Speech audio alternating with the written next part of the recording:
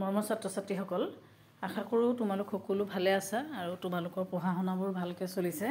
আজি মই তোমালোকৰ আগত অসমীয়াৰ আছামিজৰ যিখন MIL হয় HS ফাইনেল ইয়াৰ ক্লাছ 12ৰ সেই সিলেবাসখন লৈ আহিছোঁ আৰু লগতে তাৰ কেইটামান কুৱেশ্যন এনসাৰ তোমালোকক সলভ কৰি দিছোঁ।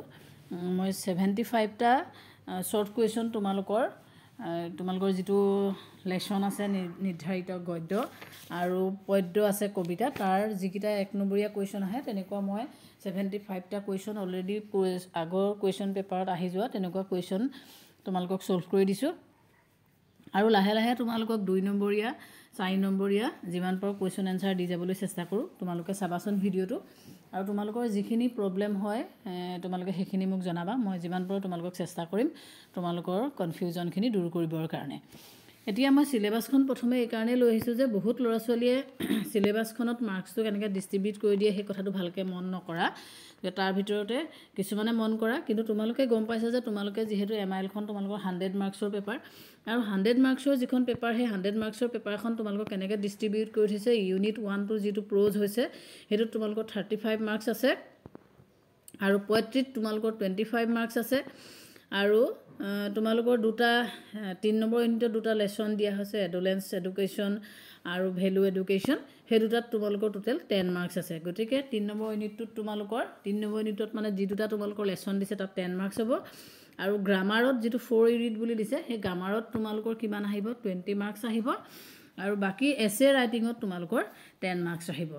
এতিয়া টোটেল তোমালোকৰ 100 মাৰ্কছ হ'ল। এতিয়া এই 100 মাৰ্কছটো তোমালোকৰ কি হৈছে, যিটো তোমালোকৰ নিৰ্ধাৰিত গদ্য দিছে সেই গদ্যত তোমালোকক কেইবাটাও লেসন দিয়া হৈছে, টোটেল 8টা লেসন তোমালোকক দিয়া হৈছে।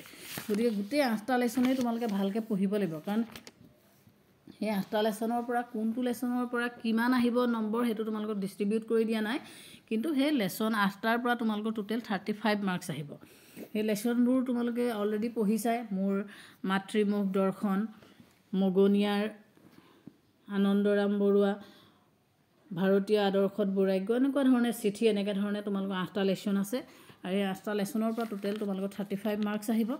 বাকি যিখিনি কবিতা আছে কবিতাও তোমালোকৰ 8টা আছে আৰু সেই কবিতা 8টাৰ পৰা তোমালোকৰ 25 মাৰ্কছ আহিব আৰু সেই কবিতা 8টা হৈছে বৰগীত আহিছে, বিশ্ব খনিকৰ মিলন, জনতাৰ আহ্বান, কাঠমিস্ত্ৰীৰ ঘৰ। গতিকে এইখিনি যথেষ্ট তোমালোকে এইখিনি গম পাইছে, অলৰেডি পঢ়িছাই, যিহেতু তোমালোকৰ আজিৰ পৰা প্ৰি ফাইনেল টেষ্ট আৰম্ভ হৈছে। সকলোৱে ভালকৈ দিয়া, তাৰ কাৰণে সকলোলৈকে শুভেচ্ছা জনাইছোঁ। আৰু তোমালোকৰ যিটো 3 নম্বৰ ইউনিট 3 নম্বৰ গোটত তোমালোকৰ কিমান টোটেল 10 মাৰ্কছ আহিব আৰু 2টা লেসন দিয়া হৈছে, এটা মূল্যবোধ শিক্ষা আৰু কৈশোৰ কাল আৰু ইয়াৰ উপযোগিতা শিক্ষা। আৰু যিটো 4 নম্বৰ ইউনিট সেইটোত তোমালোকৰ গ্ৰামাৰ আছে, ব্যাকৰণ আছে আৰু ইয়াত তোমালোকৰ 20 মাৰ্ক দিয়া হৈছে আৰু ইয়াত বিভক্তি, প্ৰত্যয়, জতুৱা ঠাঁচ আহিব।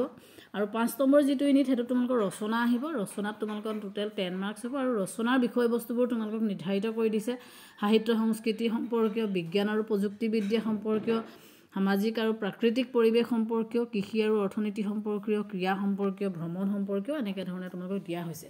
গতিকে এই বস্তুবোৰ ভালকৈ এইকাৰণেই মন কৰিবলৈ কৈছোঁ যাতে তোমালোকে কোনটো বস্তুত ফ'কাছ কৰি ভালকৈ পঢ়িলে তোমালোকে নম্বৰখিনি পাবা সেইটোত গুৰুত্ব দিবা।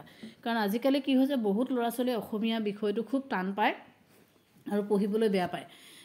গতিকে তোমালোকে যদি ভালকৈ মন দিয়া, ক'ত কেনেকৈ নম্বৰ আহিছে, কেনেকৈ নম্বৰখিনি পাব পাৰে সেইটো যদি ভালকৈ গুৰুত্ব দিয়া, তেতিয়া কিন্তু অসমীয়া বিষয়টো বহুত সহজ হয় আৰু নম্বৰ পাবলৈও যথেষ্ট সুবিধা হয়।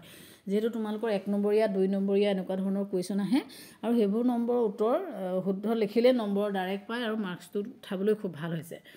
এতিয়া তোমালোকে কি কৰিবা, মই যিহেতু এতিয়া তোমালোকক অলৰেডি যিবোৰ পেপাৰ পৰীক্ষা HS ফাইনেল ইয়াৰ যিখন পেপাৰ হৈ গৈছে তাৰ কেইবাখনো পেপাৰ গোট খুৱাই মই তোমালোকৰ কবিতা আৰু গদ্য সেই দুইটাৰে যি 1 নম্বৰীয়া কুৱেশ্যন তাৰ আজি 75টা কুৱেশ্যন তোমালোকক দিবলৈ চেষ্টা কৰিছোঁ আৰু ইয়াৰ পিছতো তোমালোকক 2 নম্বৰীয়া 3 নম্বৰীয়া যিমান পাৰোঁ দি যাবলৈ চেষ্টা কৰিম। গতিকে তোমালোকে ভিডিঅ'খিনি চাবা আৰু তোমালোকৰ যিখিনি কনফিউজন থাকে মোক জনাবলৈ চেষ্টা কৰিবা।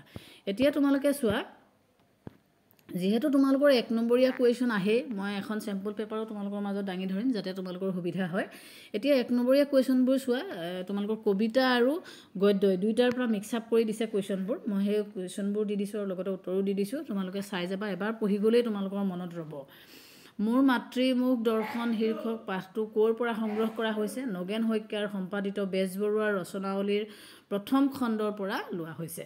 যতীন্দ্ৰনাথ দুৱৰাই ৰচনা কৰা কথা কবিতা পুথিখনৰ নাম কি কথা কবিতা উপেন্দ্ৰ চন্দ্ৰ লেখাৰুৱে সম্পাদনা কৰা বৃহৎ কলেবৰৰ গ্ৰন্থখনৰ নাম কি কথা গুৰুচৰিত শস্ত্ৰ বিদ্যাবৰ্ণ পুথিখন ক'ৰ পৰা সংগ্ৰহ কৰা হৈছে যোগেন্দ্ৰ নাৰায়ণ ভূঞাৰ সম্পাদিত সূৰ্য কুমাৰ ভূঞাৰ বিবিধ প্ৰবন্ধ নামৰ গ্ৰন্থৰ পৰা সংগ্ৰহ কৰা হৈছে তীৰ্থনাথ শৰ্মা কোন মহাবিদ্যালয়ৰ প্ৰতিষ্ঠাপক অধ্যক্ষ আছিল প্ৰাগজ্যোতিষ মহাবিদ্যালয়ৰ প্ৰতিষ্ঠাপক অধ্যক্ষ আছিল শিলভদ্ৰৰ প্ৰকৃত নামটো কি আছিল ৰেৱতী মোহন দত্ত চৌধুৰী তাৰ পাছত প্ৰথম অসমীয়া বোলছবি জয়মতী কেতিয়া মুক্তি লাভ কৰিছিল 1935 চনত গতিকে এনেকুৱা ধৰণৰ কুৱেশ্যনবোৰ এক নম্বৰীয়া কুৱেশ্যনবোৰ তোমালোকে ভালকৈ পঢ়ি গ'লে মনত ৰাখি যাবা আৰু এনেকুৱা ধৰণৰ কুৱেশ্যনবোৰে তোমালোকৰ আহে বৈজ্ঞানিক মানসিকতা কিদৰে গঢ়িব পাৰোঁ শীৰ্ষক পাঠটি ক'ৰ পৰা সংগ্ৰহ কৰা হৈছে দীনেশ চন্দ্ৰ গোস্বামীৰ বৈজ্ঞানিক মন বৈজ্ঞানিক মানসিকতা পাঠটিৰ পৰা সংগ্ৰহ কৰা হৈছে শংকৰদেৱ আৰু মাধৱদেৱৰ প্ৰথম সাক্ষাতক কি বুলি কোৱা হয় মণি কাঞ্চন সংযোগ বুলি কোৱা হয় নলিনীবালা দেৱীৰ আত্মজীৱনীখনৰ নাম কি এৰি অহা দিনবোৰ জ্যোতিপ্ৰসাদ আগৰৱালাই কোনখন নাটকৰ জৰিয়তে নাট্যকাৰ হিচাপে আত্মপ্ৰকাশ কৰিছিল শোণিত কুঁৱৰী কাঠমিস্ত্ৰীৰ ঘৰ কবিতাটো কোন চনত ৰচনা কৰা হৈছিল 1939 চনত তাৰপাছত কোনখন গ্ৰন্থৰ বাবে কেশৱ মহন্তই সাহিত্য একাডেমী বঁটা লাভ কৰিছিল মোৰ যে কিমান হেঁপাহ তামিঘৰ শব্দটোৰ অৰ্থ কি তম্বু নিৰ্মল প্ৰভা বৰদলৈৰ প্ৰথম কবিতা পুথিখনৰ নাম বন ফৰিঙৰ ৰং মুখ্য বুলিলে কি বুজা মুখ্য হৈছে মানুহৰ জীৱনৰ চৰম উদ্দেশ্য লাভৰ উপায় যিটো মানুহৰ আত্মবোধৰ ওপৰত প্ৰতিষ্ঠিত আৰু এই চাৰিটাৰ উপৰিও ভাৰতীয় জীৱন দৰ্শন প্ৰতিষ্ঠিত হৈছিল তিনিটা প্ৰধান মূল্যবোধ সত্যম শিৱম আৰু সুন্দৰমৰ ওপৰত যাক কোৱা হয় মূল্যবোধৰ ত্ৰিনীতি বুলি মানৱ জীৱনৰ কোনছোৱা সময়ক কৈশোৰকাল বুলি কোৱা হয় মানৱ জীৱনৰ 10ৰ পৰা 11 বছৰ বয়সৰ পৰা 18ৰ পৰা 19 বছৰ বয়সৰ সময়খিনি কৈশোৰকাল বুলি কোৱা হয় ভাৰত চৰকাৰে মাধ্যমিক শিক্ষাক গুৰুত্ব সহকাৰে লৈ কোন চনত ৰাষ্ট্ৰীয় শিক্ষানীতি ঘোষণা কৰা হৈছিল 1886 চনত উমৰ তীৰ্থ পুথিখন কোনখন মূল পুথিৰ ভাৱানুবাদ সেইখন হৈছে উমৰ খায়ামৰ ৰয়াবত উমৰ তথ্য পুথিৰ পৰা ভাৱানুবাদ মিলাৰামৰ মিতিৰ বা কুটুম লেখত কেইজন মিলাৰামৰ মিতিৰ বা কুটুম হৈছে 3জন দেৱাসুৰ লগ লাগি কিহৰ কাৰণে সমুদ্ৰ মন্থন কৰিছিল অমৃত মন্থন মিনতিৰ অৰ্থ কি প্ৰাৰ্থনা আনন্দৰাম বৰুৱা জীৱনৰ মূল মন্ত্ৰ কি আছিল কৰ্ম আৰু সাধনা কটন কলেজৰ প্ৰথমগৰাকী অসমীয়া অধ্যাপক কোন আছিল তেওঁ আছিল ডক্টৰ সূৰ্য কুমাৰ ভূঞা বৈৰাগ্য শব্দৰ অৰ্থ হৈছে ত্যাগ শিলভদ্ৰই কোনখন গ্ৰন্থৰ বাবে সাহিত্য একাডেমী বঁটা লাভ কৰিছিল মধুপুৰ বহুদূৰ গ্ৰন্থৰ বাবে চিত্ৰবন ষ্টুডিঅ' কোনে নিৰ্মাণ কৰিছিল জ্যোতিপ্ৰসাদ আগৰৱালাই বসন্ত ৰোগ হোৱা বিজ্ঞানসন্মত কাৰণ হৈছে ভাইৰাছ মাধৱদেৱ জন্ম হৈছিল লখিমপুৰ জিলাৰ নাৰায়ণপুৰত গতিকে এনেকুৱা ধৰণৰ বহুত কুৱেশ্যন আছে জ্ঞান মালিনীৰ কবি কোন হৈছে মফিজুদ্দিন আহমেদ হাজৰিকা কিমান চনত নলিনীবালা দেৱী পদ্মশ্ৰী পাইছিল 1858 চনত জ্যোতিপ্ৰসাদ আগৰৱালাই কবিতা পুথিখনৰ নাম কি লুইতৰ পাৰৰ অগ্নিসুৰ কাঠমিস্ত্ৰী ঘৰ কবিতাটোৰ উল্লেখ কৰা বিশ্ব কবিগৰাকীৰ নাম কোন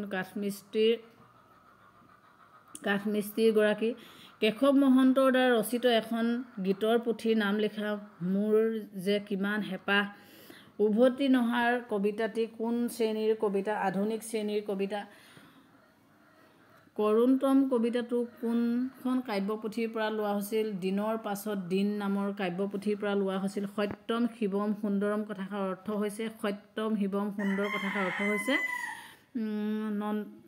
নন্দাত্ৰিক সুখ আৰু বা আনন্দজনক মানে আনন্দ লাভ কৰাটোকে কোৱা হৈছে প্ৰাচীন